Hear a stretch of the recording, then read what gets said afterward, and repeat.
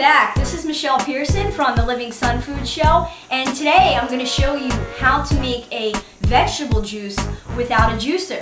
So you're probably wondering, well, how do I make a vegetable juice without a juicer? Well, we're actually going to make it in a blender.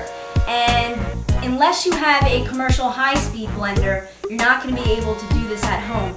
I like to use the Vitamix, or you can use something such as the Blendtec. It just depends on your preference. So the recipe that we're going to do today is nothing spectacular. It's just, some stuff that I grabbed out of my refrigerator and put together just to give you a basic idea of how you can experiment at home too.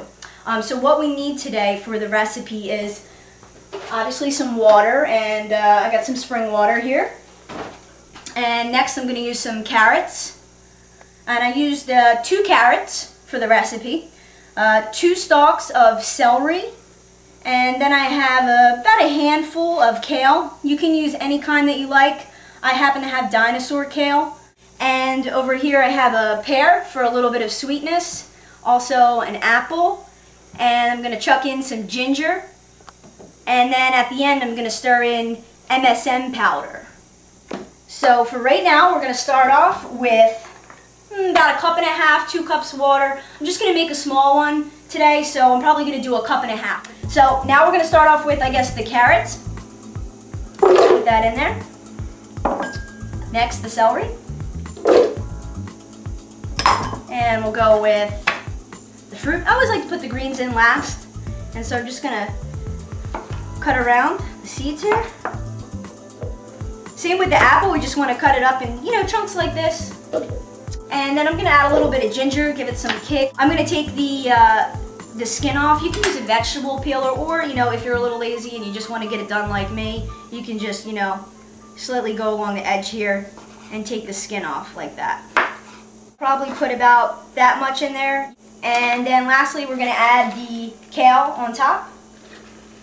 So I'll put about a handful, I said. And I usually take the stem off when I'm juicing it. And that's pretty good, that size right there. Now I'm going to put the lid on top, and we're going to blend.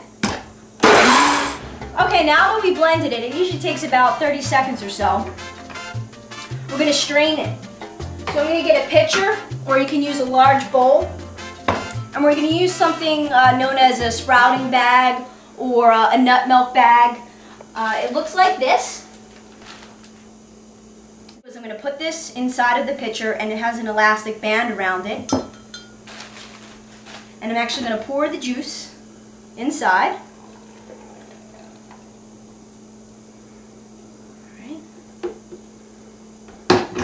And now we're just going to strain it through. So all we do is just go like this. And as you can see, the juice is coming out, and what it's doing is it's catching the fiber. So this is different from a green smoothie, which is where we blend the fruits and the greens all together, and it's a complete food, meaning that it has the fiber intact, which is good for elimination. For this purpose, though, we are juicing, so we're actually taking the fiber out. And both are good, juicing and doing green smoothies. It just depends on what kind of result you want to get.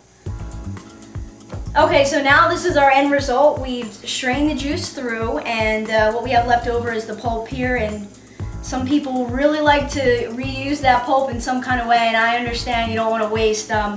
I don't like to work with it because this kind of stuff can become rancid very quickly. If you feel really bad about it, you can, put it on top of a salad and eat it like that, but I'm just going to discard of it.